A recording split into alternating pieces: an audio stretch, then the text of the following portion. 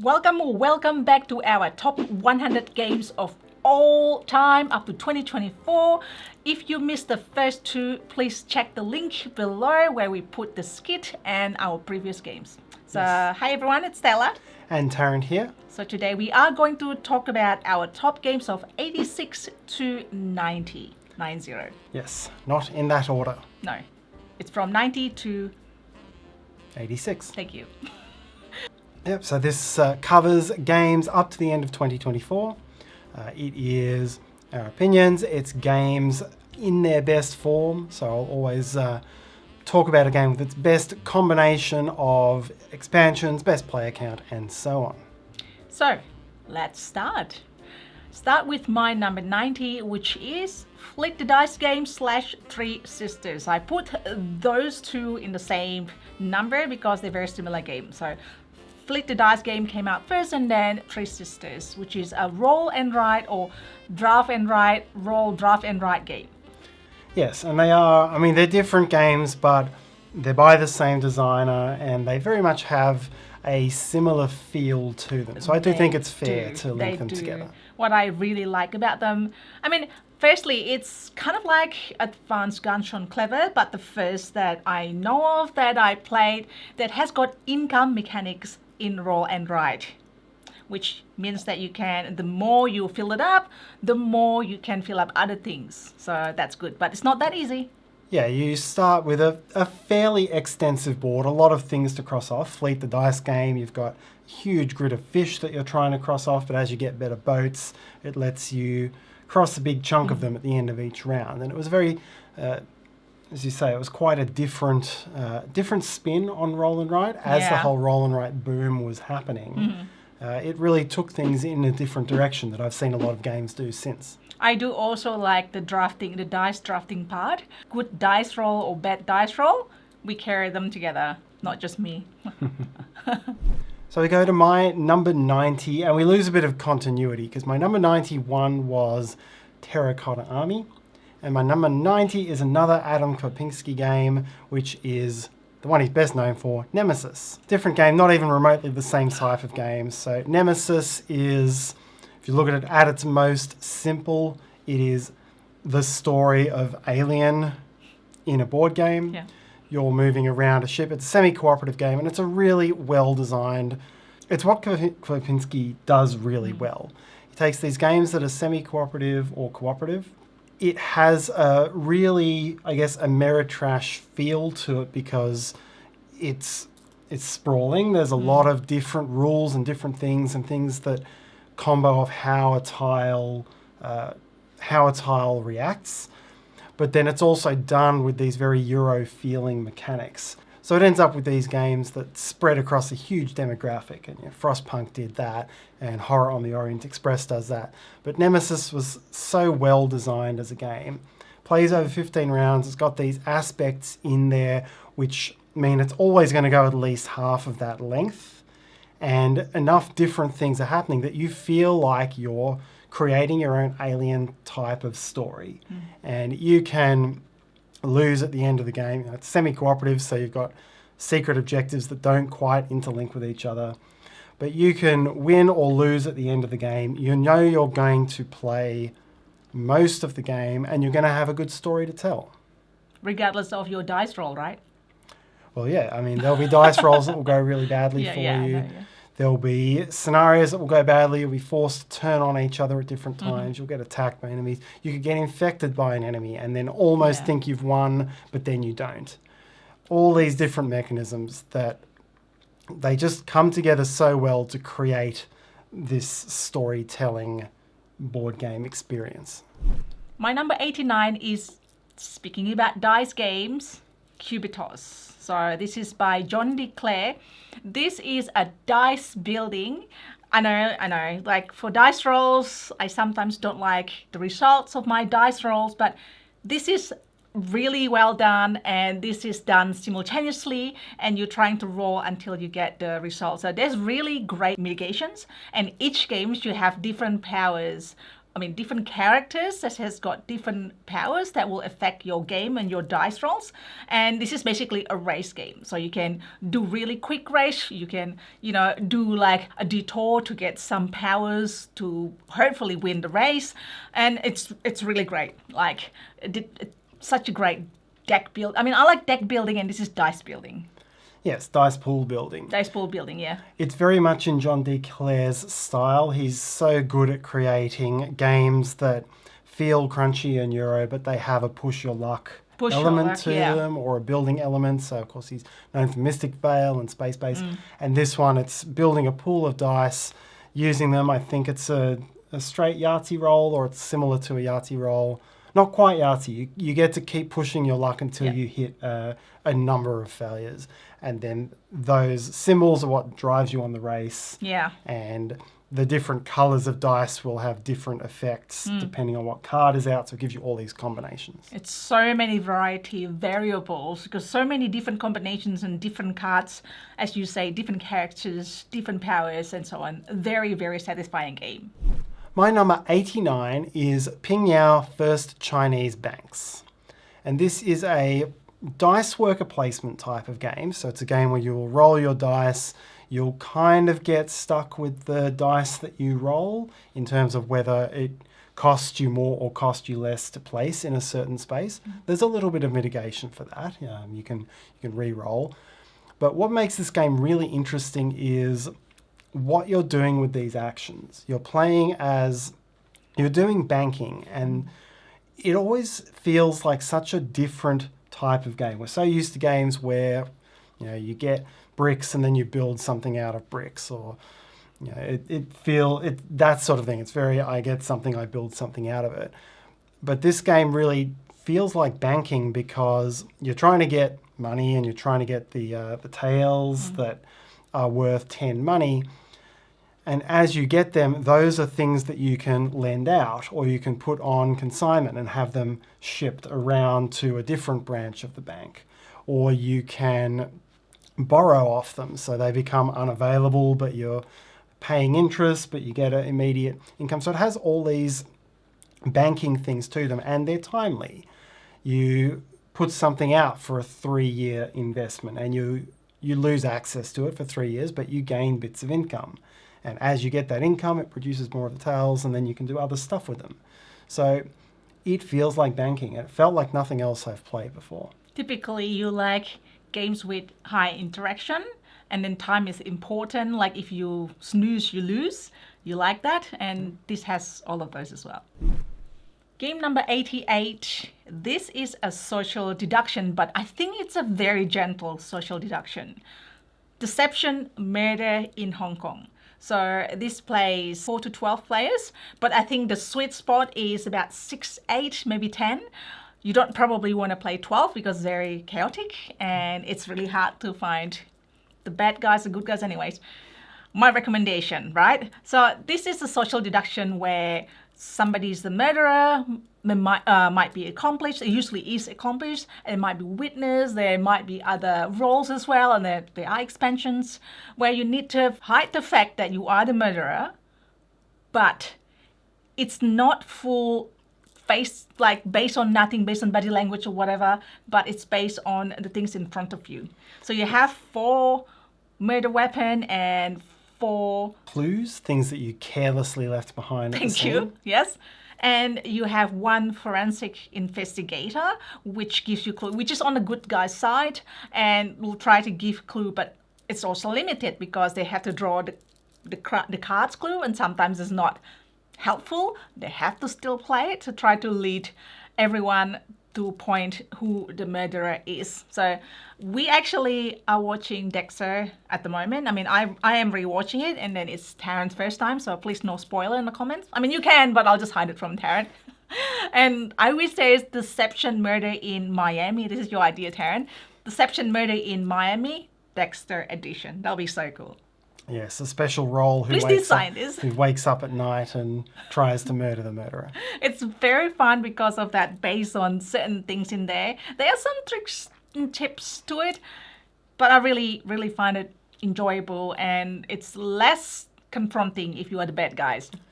Yeah, it's a game that gives you a chance to discuss how you would use certain objects to murder somebody in a certain way, which makes for...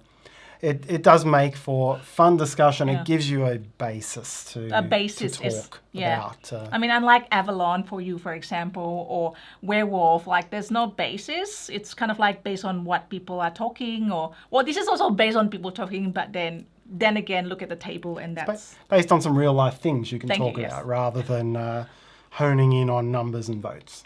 Yeah, because you're not a big social deduction person, right? So yeah, very gentle, very recommended. Deception Murder in Hong Kong. My number 88 is Nussfjord. This is a light to midweight Euro from Uwe Rosenberg. A fairly simple worker placement style of game, but it's got a nice level of interaction and tightness for the worker placement. It's not, a Feast for Odin type of thing where there's 60 actions. Yeah. You do have you do feel like you've got to take what you need first. And from there, it's just a nice little tableau build. You get elders who have different powers. You get buildings that you can build up to score points, and it's just really pleasant. It is a pleasant game, yet still competitive and interactive. Yes, it's a fairly low points kind of game as well. It's not like big points salad. Yeah. It's not super low either, but you do have to work for your points, and I like that. Number 87 game for me is Jahja, which is a 2-player game. And this is a worker placement with really unique mechanic, which you need to put your worker only on the outside of the area. And then the actions that you get after everyone places their workers is that the one that you place and the one that you cross over with your workers. So the row and columns or whatever it is it meets in the middle, that's you take. So it has got expansion so far as well. I like it with or without. I think it doesn't really matter. I'll play without the expansions, no problems. And I think it is a unique 2-player because then you really have to fight for a certain space, for example, or even a card that you want to put in your tableau. You're also creating a tableau in your area. Yeah, Jahja has one of the most clever 2-player action selection mechanism. You always look for a good, push and pull, tight little 2-player action selection mechanism. And the way this uses the grids, and the way you block someone out from a certain row or column by getting on either end of it, is it's a very well-regarded game, and it's one of the best mechanisms out there for that, I do think. It's not a game that's on my list, and I've always used... Oh, spoiler, Tarrant. I'm happy. And it's a game that I've always said I really like the action selection mechanism, but then I find what I'm doing with that quite dissatisfying and So you dull. don't like tile placement, putting it on your tableau? At that point, it's gaining resources, and then it's just spending those resources on contracts. And straight contract fulfillment games don't really do it for me. Okay, fine. And that's kind of where I sit with Jahja, but I definitely respect and enjoy the grid placement side of the game. Number 87 is one of the great gateway deck building games, and that is Hero Realms. I guess Star Realms as well. They're basically the same thing, but Hero Realms was the one that we started with.